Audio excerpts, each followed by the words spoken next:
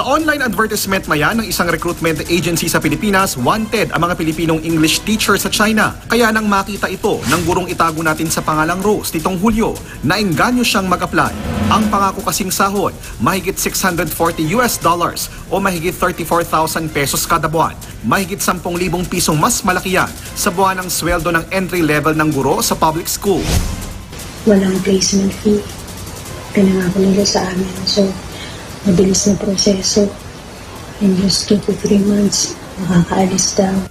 At wala ngang isang buwan, nakaalis si Rose kasama ang ilan pang Pinay. Pero pagdating sa Beijing, kinutuban daw siya ng masama. Lahat puro peke. Ginawa nila sa mga dokumento. Tapos may pinapirmahin sila sa amin pagdating sa Beijing. Wala man lang translation ng English, puro Chinese. Pagdating sa bahay ng employer, doon na nakumpirma ni Rose na hindi English teacher ang magiging trabaho niya sa China, kundi kasambahay. Naloko na nga ng recruitment agency, inabuso pa raw siya ng employer. Bukod sa tinataguan ng pagkain, halos wala silang pahinga sa pagkatrabaho at minsan pang nalagay sa alanganin ng buhay ng paglinisin ng bintana. Nasa 11th floor kami. Tapos natatapakan ko. Halos isang talambakan lamang pa ako. Isang kasing sukat lamang pa ako. Na konting pagkakamali ko pwede akong malaglag.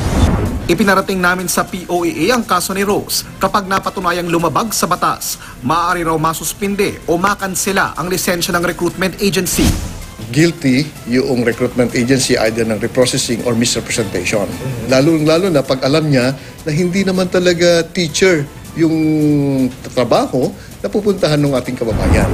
Paalala ng POEA, mag-ingat sa mga online ads at tiyaking lihitimo ang agency at job orders na a-applyan. Ako si JP Soriano, ang inyong saksi.